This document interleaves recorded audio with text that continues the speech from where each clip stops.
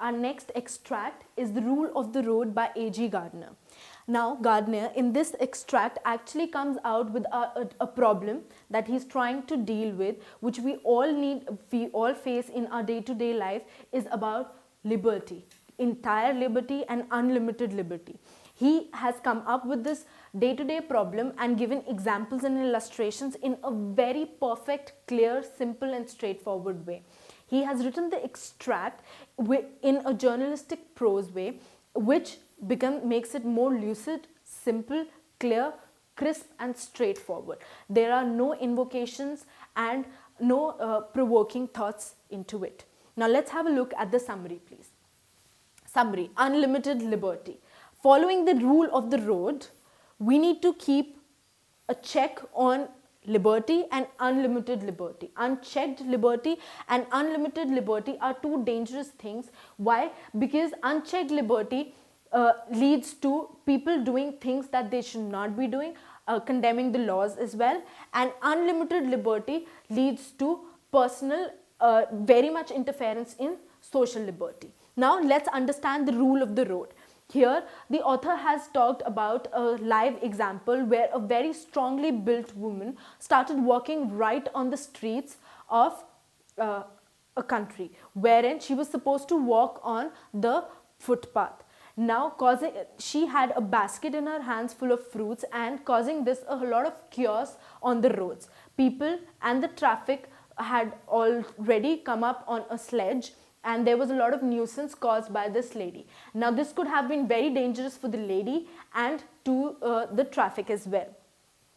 When stopped and asked about, this lady answered, now living in a very free and liberal nation, I can walk independently and freely anywhere that I feel like. Now, giving this example, the author is trying to explain, had the female said this, and the counterpart being that if the cab drivers start driving the cars on the footpaths, it would have been difficult for the people walking on the footpaths to walk, giving it a whole situation of chaos and nuisance on the road. Now this is where we need to check our liberty and we need to limit our liberty. This is what we are actually talking about.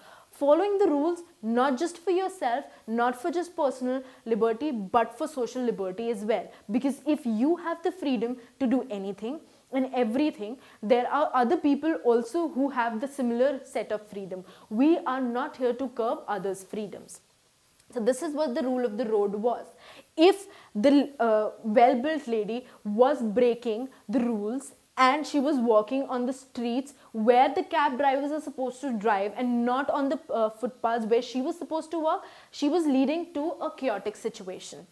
Moving on, liberty is a social contract.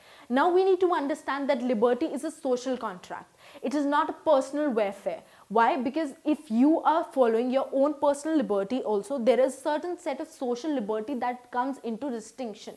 Let's have a look at the points. World is intoxicated with liberty. People are liberal. People are free to do anything and everywhere. But we need to understand there is a certain set of line drawn to our liberty as well. There is a limited liberty that we need to follow, because the same set of criteria and the same set of liberty and freedom goes to the other person living with us as well. Liberty conditioned with responsibility. Now if liberty is conditioned with responsibility, it will be a better place to live in, and this is the best way to check on unlimited liberty. Now here the author has explained the entire example of liberty conditioned with responsibility with the help of an example like a very former place where policemen are relocated, right? Now that is a form of liberty, not tyranny, because policemen have the liberty and the freedom to do anything and everything, but with the responsibility that in case of a wrong situation, there is no harm to the normal humans or the public. So this is an example of liberty with responsibility, not an example of tyranny. So we need to understand these two differences, which the author Gardner has all the way explained in his extract. Moving on, liberty is not a personal affair but a social contract. Again, as the heading says, liberty a social contract. we need to keep in mind that it is not a personal affair. If we are liberal and if we are free to do anything, there are people on the streets socially acquainted to same level of freedom and same level of liberty to them. Moving on, there is a need for self-discipline.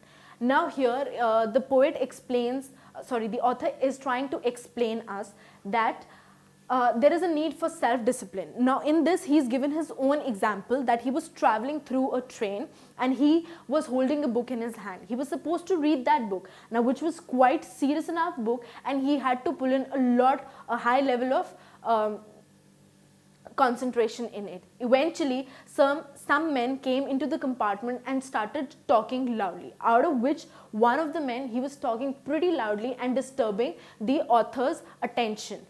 The author eventually could not read his book very compassionately, which he was supposed to do. But eventually, author realized it is the liberty of the person talking loudly, and it is the liberty of the author to read the book and have little silence in the compartment. So he found it very rude to talk to him and tell him to keep quiet or lower down his tone. So instead, he increased his level of concentration and tried to curb himself. Here he is trying to explain the need for self-discipline. Despite the fact that people around are liberal, you need to have a self-discipline in yourself to understand your own liberty and your own responsibilities. So he explains, he has come up with an earnest appeal to people that we need to understand each other's liberty, freedom, and have a self-discipline on ourselves individually. Balanced attitude.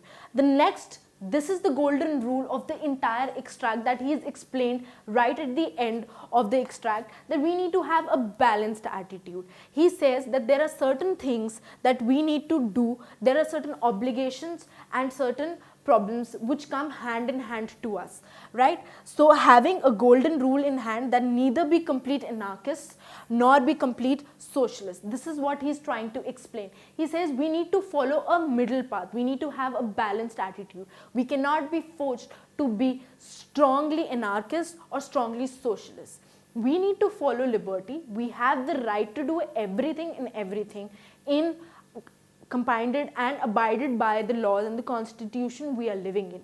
But having unlimited and unchecked liberty will lead to nowhere, right? We need to have a self-discipline and balanced attitude on ourselves, and this is what the golden rule of the entire extract is. So this is what has A.G. Gardner explained in the whole of this his extract, the rule of the road, that following the rule of the road is a better way to live. We need to follow a balanced life, self-disciplined life, and we need to respect our liberty and others' liberty as well. Thank you so much, and all the very best for your exams.